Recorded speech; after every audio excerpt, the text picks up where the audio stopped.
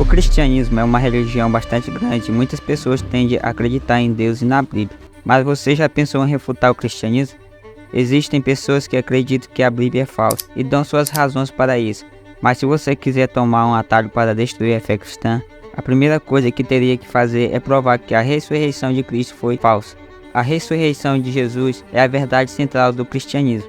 E até mesmo Paulo, um escritor do Novo Testamento e de muitos livros da Bíblia, diz em 1 Coríntios capítulo 15, 17: E se Cristo não ressuscitou, é vã a vossa fé, e ainda estáis em vossos pecados.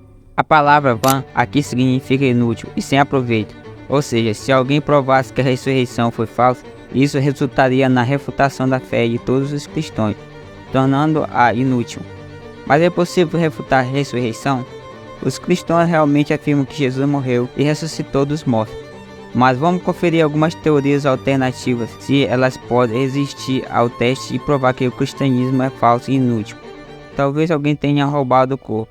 Isso faria sentido. Se Jesus não ressuscitou realmente dos mortos, alguém levou o corpo. Então, os romanos roubaram o corpo? Primeiro, os romanos não teriam motivo para roubar o corpo de Cristo. Seu principal objetivo era manter os judeus sob controle. Eles buscavam manter a paz na Palestina. O corpo desaparecido de Jesus causou todo tipo de comoção que poderia ter sido facilmente evitada se os romanos simplesmente tivessem descoberto o corpo que roubaram. E quanto aos líderes religiosos judeus, eles poderiam ter roubado o corpo? Bem, esses líderes não teriam motivo para roubar o corpo, pois isso só causaria mais agitação entre os cristãos. Eles mataram Jesus para calá-lo.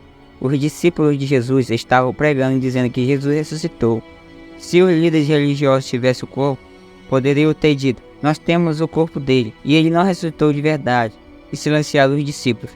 Se isso tivesse acontecido, o cristianismo teria acabado ali mesmo. Mas também temos os discípulos e seguidores de Jesus. Foram eles que roubaram o corpo? Isso também não faz sentido. A história nos diz que todos os discípulos de Jesus, exceto Judas Iscariote e João, morreram por sua fé. Acredita-se que João morreu de velhice, e Judas, bem, ele se enforcou. Então, se o corpo de Jesus realmente for roubado por seus discípulos, por que esses outros 10 homens morreriam mortes horríveis por sua fé? Alguns foram crucificados, esfaqueados, enforcados, decapitados, um teve a cabeça esmagada, alguns foram apedrejados, outros foram chicoteados e alguém foi até arrastado pela cidade, até o seu corpo ficar em pedaços. Então, se esses discípulos morreram por Jesus ressuscitado, por que todos estariam dispostos a morrer por uma mentira? Faria mais sentido eles se salvarem. Além disso, depois que Jesus morreu, todos os discípulos covardes estavam escondidos com medo de morrer também. Eles não estavam em condições de lutar contra os soldados romanos que ali estavam guardando o corpo de Jesus. Então, como o corpo de Jesus não poderia ter sido roubado, deve haver outra explicação. Vamos olhar para a teoria do túmulo errado. Essa teoria diz que as mulheres que relataram o corpo desaparecido foram por engano ao túmulo errado naquela manhã. Elas se assustaram e disseram que Jesus ressuscitou. Assim nasceu o cristianismo. Mas isso não faria sentido porque os guardas romanos teriam revelado o corpo antes que o cristianismo se tornasse um grande problema. E a teoria da alucinação?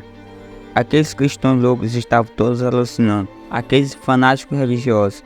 Essa teoria afirma que as aparições de Jesus após a ressurreição foram ilusões ou alucinações. Mas essa teoria é contrária aos princípios psicológicos, que reagem à ocorrência de alucinações. Segundo 1 Coríntios capítulo 15, verso 6, Jesus apareceu para mais de 500 pessoas ao mesmo tempo. Não é crível pensar que 500 pessoas viram a mesma alucinação e algumas estariam dispostas a morrer por isso? E se eles estavam alucinando, o corpo de Jesus ainda estaria lá. E aqueles que o possuíam teriam revelado o corpo. Bem, talvez seja a teoria do desmaio. A teoria do desmaio afirma que Jesus nunca morreu. Ele apenas desmaiou, de exaustão e perda de sangue. Todos pensaram que ele estava morto, mas mais tarde ele ressuscitou. E os discípulos pensaram que era uma ressurreição. Mas em Marcos capítulo 15, versículo 44, está escrito que um centurião verificou se Jesus estava morto. Um centurião era um soldado romano que comandava 100 outros soldados. Ele era um líder num grande e poderoso império romano, treinado para matar e subjugar todos os que se opunham a Roma. A crucificação era uma punição capital, e se os soldados estivessem errados ao determinar se Jesus estava morto, ele enfrentaria as consequências severas. Erros não eram permitidos. Jesus realmente morreu e foi até mesmo perfurado com uma lança no lado para garantir sua morte. Há também a teoria do corpo movido, que diz que o corpo foi removido pelas autoridades para um túmulo diferente. Mas isso também não faz sentido se as autoridades tivessem o corpo em sua posse ou soubessem onde ele estava, porque não explicaram o que o levaram. Essa era uma teoria fraca. Em seguida, a teoria do corpo realocado. Esta teoria diz que o túmulo de Jesus estava vazio, não porque ele ressuscitou, mas porque o corpo foi simplesmente realocado, fazendo com que os discípulos acreditassem erroneamente que ele havia ressuscitado.